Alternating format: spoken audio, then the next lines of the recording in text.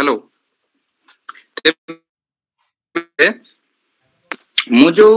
नाटक कथा तुम मान को उपस्थापना करुथिली जे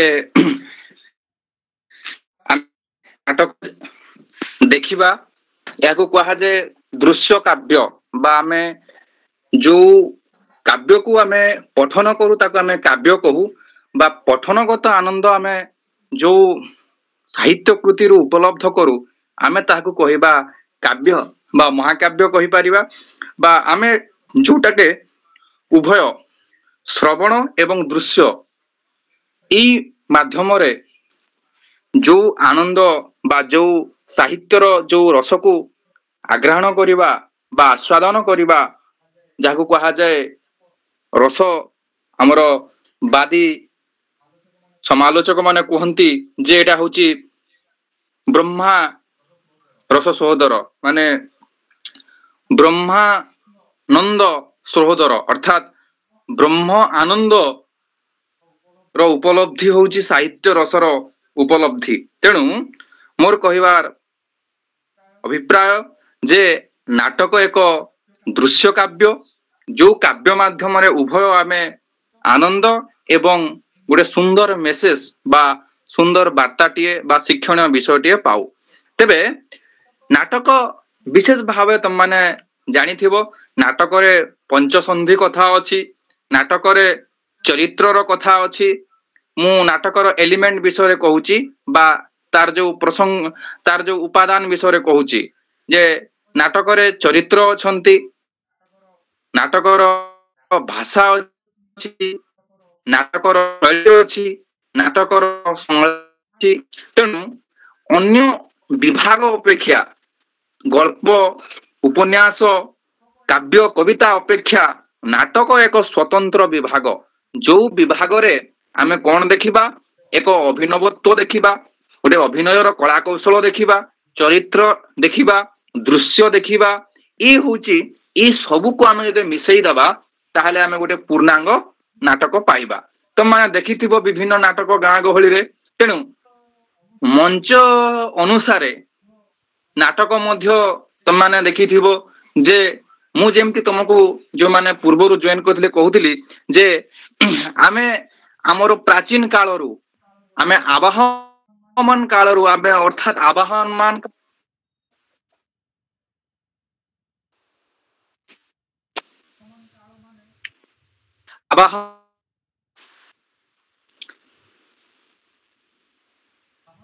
हाँ आवाहन मान काल माने कहले आमे जेबेठू कथा कहि सिकिला आमे जेबेठू माने जो हमरो आदिम मनुष्यरू सभ्यतार मनुष्य हैला सेई दिनटू आमे अभिनय करि चालिछे। सेई दिनटू आमे जो दिनटू आमे कथा कहि परिबा मनर भाव प्रकाश करि पारला सेई दिनरू आम कोन बा गोटे अभिनयर मनोवृत्ति बा निजको अन्य पाखरे प्रकाश करिवार अनुभूति आमे देखु। तुम माने जानिचो जे लोकगीत जेतेबेले गाँ गहली रे चाष करथांती होलिया गीत गांती तुम माने देखिथिबो सेमाने तले संध्या समय रे विभिन्न लोक नाटक निज गाँ रे प्रदर्शन करथिले।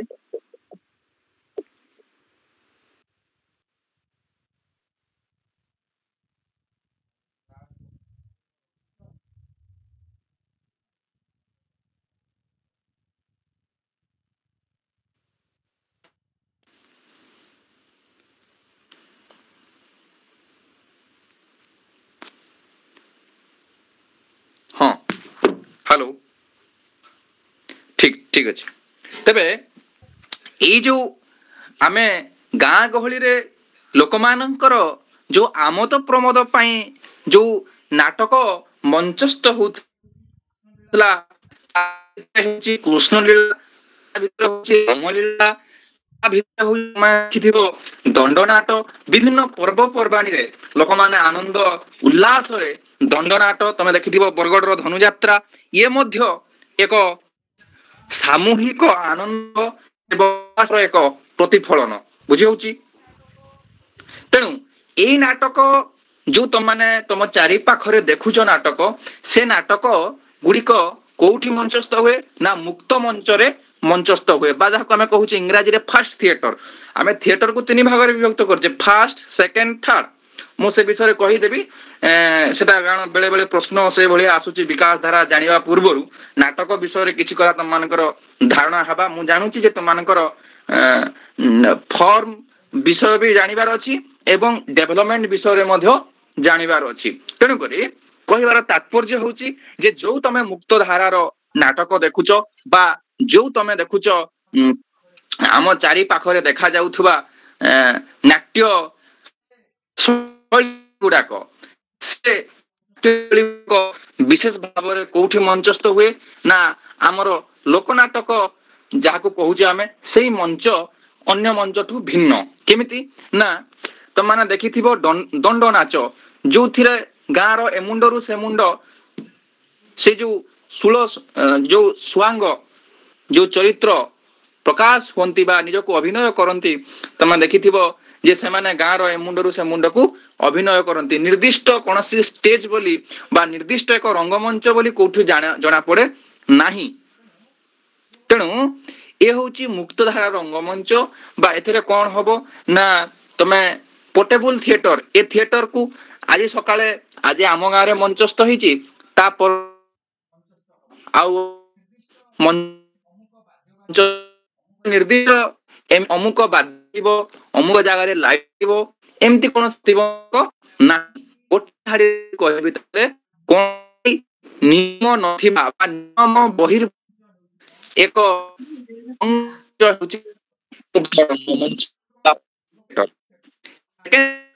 ପ୍ରୋସେନିୟମ ଥିଏଟର ବା ଆମେ ଯାହାକୁ କହୁଛୁ ରବୀନ୍ଦ୍ର ହ୍ୟାଲୋ ହଁ सर भलो से क्लियर सुबा जाउनी आपनक वॉइस टा को तखरे कोन प्रॉब्लम थियो तुमको सुबा जाउन थियो अन्य मानको सुबुची नाही सर अप डाउन होची सर कटुची आज्ञा सर अप डाउन होची आज्ञा मु आउथरे जॉइन करछु रो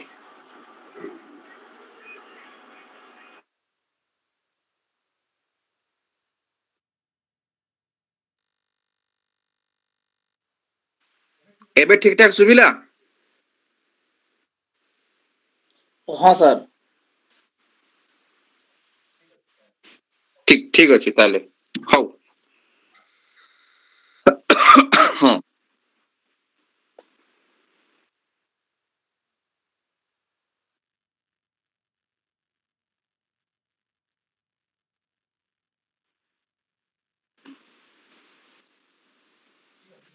ठीक तेबे जो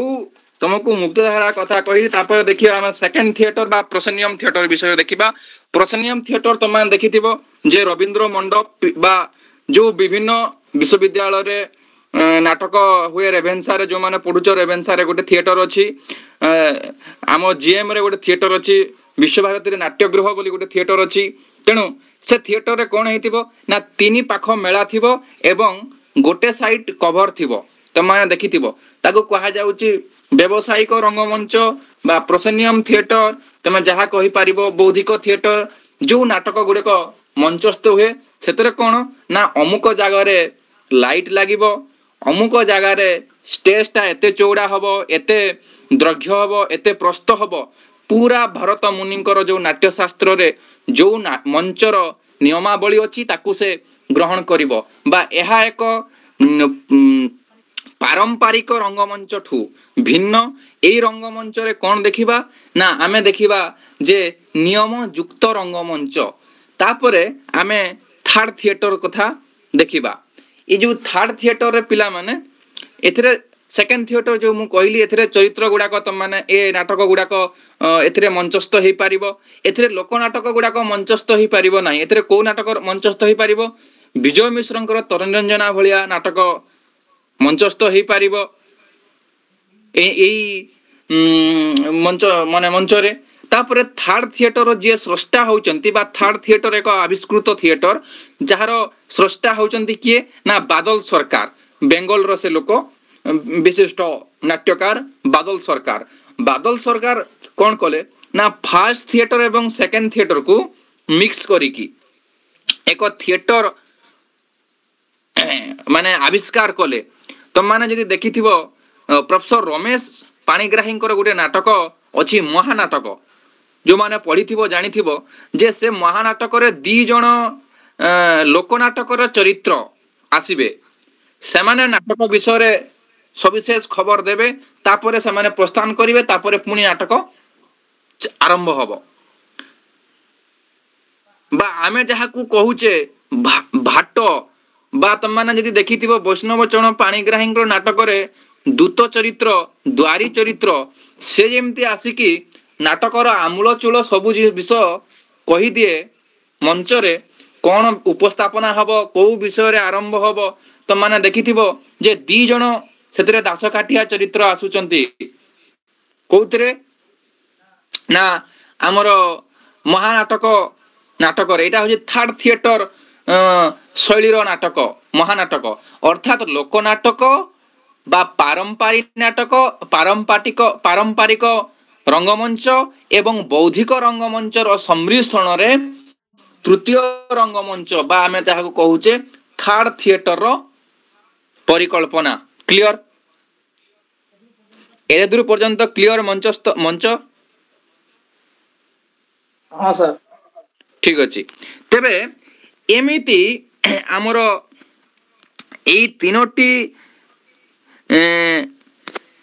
ନାଟକ ମଞ୍ଚରେ ଆମେ ନାଟକ ପରିବେଷଣ ହେବା ଦେଖୁଛେ। ଲୋକନାଟକ ତ ଜାଣିଛ, ପାରମ୍ପାରିକ ନାଟକ, ଯୋଉଟା କୌଣସି ଆବହମାନ କାଳରୁ ଚାଲି ଆସିଛି। ତାପରେ ହେଲା ଆମର ବୌଦ୍ଧିକ ନାଟକ, বা ତମେ ଜାଣିଛ ମାନେ ଯୋଉ ବିଭିନ୍ନ ନାଟକ ଗୁଡାକ ସତୀ বা ଆଉ ଯୋଉ ନାଟକ ଗୁଡାକ ଦେଖାଦେଲା, ସେ ନାଟକ ଗୁଡିକ କଣ ହଉଛି ନା ମଞ୍ଚସ୍ଥ ହଉଛି। ବା ବୌଦ୍ଧିକ ନାଟକ ଗୁଡିକ, ସେ ବନହଂସୀ ହଉ, ଜଣେ ରାଜା ଥିଲେ ହଉ, ବା ତଟ ନିରଞ୍ଜନା ହଉ,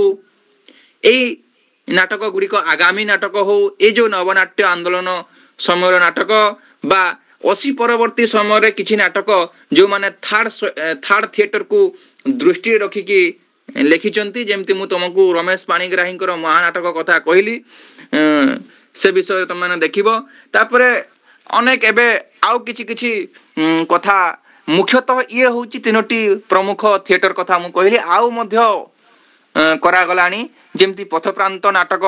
ଆମର ସୁବୋଧ ପଟ୍ଟନାୟକ ତମେ ଦେଖିଥିବ, ତାଙ୍କୁ ଜାଣିଥିବ, ନାଟ୍ୟ ଗ୍ରାମ କରିଛନ୍ତି ଖୋର୍ଦ୍ଧାରେ। ତାଙ୍କର ମଧ୍ୟ ସେ ମଧ୍ୟ ଇନଭେନସନ କରୁଛନ୍ତି କିଛି ଥିଏଟର, କିଛି କରୁଛନ୍ତି, ତମେ ଜାଣିପାରିବ। ତେବେ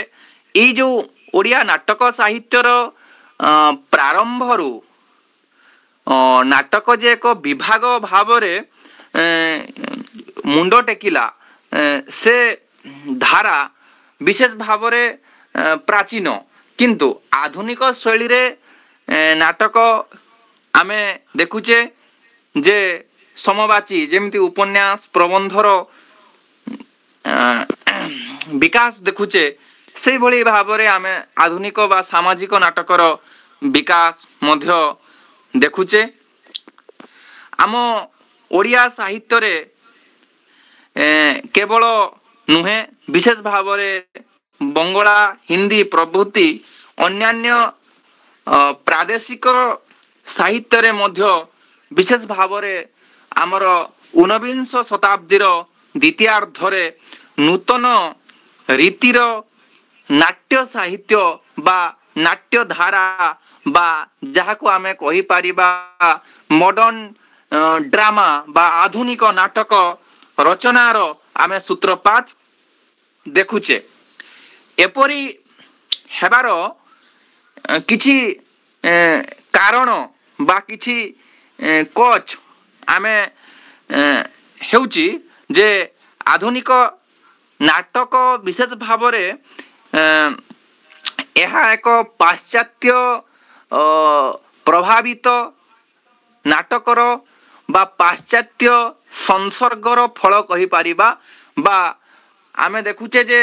ଆମ ଦେଶରେ ଇଂରେଜ ଶାସନ ଆସିଛି, ତେଣୁ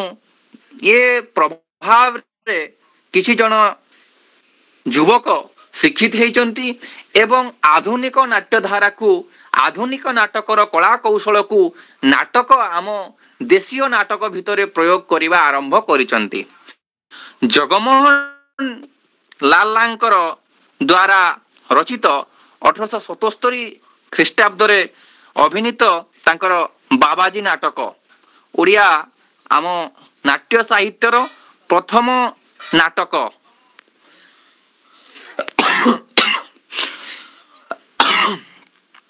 र गौरव ई बाबाजी नाटक रचित हेइची। आमे देखिबा जे एहा पूर्वरु 1868 ख्रीष्टाब्द रे पिला माने रघुनाथ परिछांकर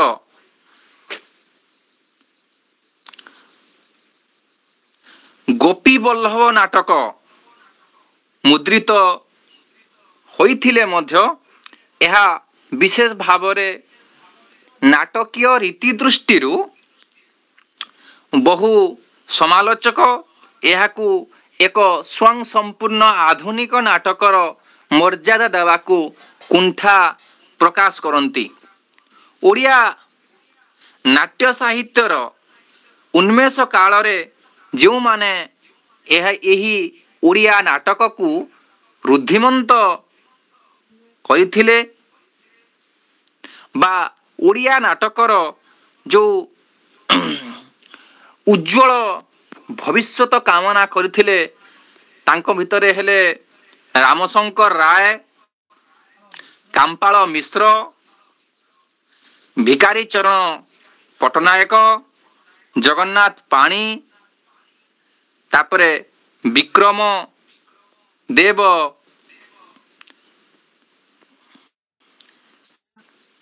वर्मा,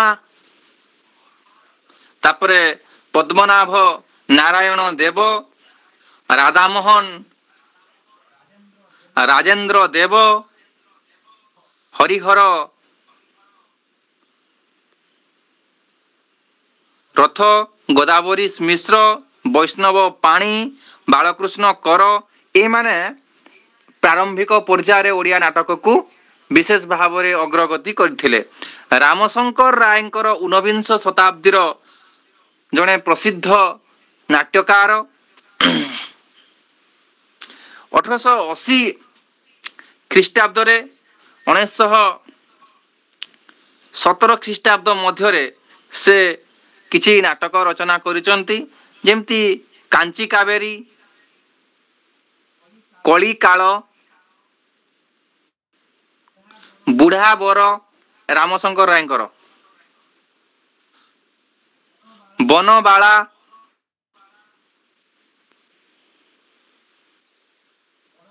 बड़ लोक, विश्वयज्ञ, विषमोचन, जुग धर्म, कांचनमाला, लीलावती, राम वनवास, कंसवध, रामाभिषेक,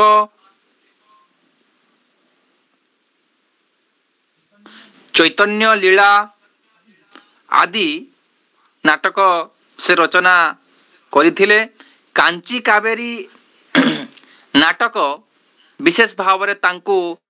जड़े नाट्यकार भाव में प्रतिष्ठा देइथिला। तांकर नाटक गुड़िकरे आमे देखिबा विशेष भाव में काल्पनिक, किछि सामाजिक, किछि ऐतिहासिक, आउ किछि तमे नामरु जानी पारुथबो जे पौराणिक आदि बहु विषय को बा बहु विभागर विषय को से निज नाटक रो पारदर्शिता देखैबा पई व्यवहार करिसंती। तापरे देखिबा जे कामपाल मिश्रंकर किछि नाटक जेमती सीता विवाह, बसंत ललिता,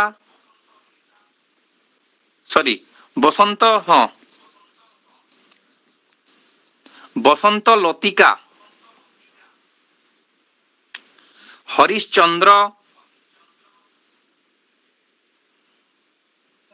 दुर्गा सरबरी,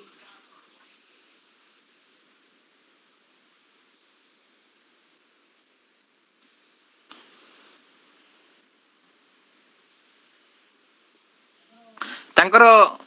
ତମେ ଜାଣିଥିବ ଯେ ଅତି ପରିଚିତ ନାଟକ ସୀତା ବିବାହ ଏକ ସର୍ବପ୍ରଥମ ଓଡ଼ିଆ ଚଳଚ୍ଚିତ୍ର ଯୋଉଟା ତମେ ଜାଣିଛ ଯେ ସୀତା ବିବାହ ତମାନେ ଯୋଉ ଶୁଣିଛ ଓଡ଼ିଆ ଚଳଚ୍ଚିତ୍ର ପ୍ରଥମ ଚଳଚ୍ଚିତ୍ର ଇଏ ହଉଛି କାମ୍ପାଳ ମିଶ୍ରଙ୍କର ନାଟକକୁ ନେଇକି ରୂପାୟିତ ହୋଇଥିଲା। କାରଣ ଏଇଭଳିଆ ପ୍ରଶ୍ନ ଆସୁଛି ଜାଣିଥାଅ। ଭିକାରୀ ଚରଣ ପଟ୍ଟନାୟକ ତାଙ୍କର ନାଟ୍ୟ ରଚନା ଗୁଡ଼ିକ ମଧ୍ୟରେ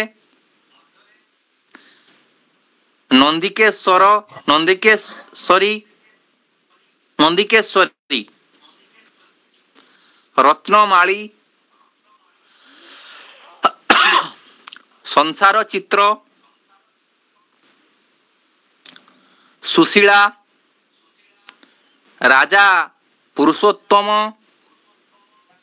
ରାଜା ପୁରୁଷୋତ୍ତମ ଦେବ ନିରୁପମା ଇତ୍ୟାଦି ତାଙ୍କର କେତେକ ନାଟକ।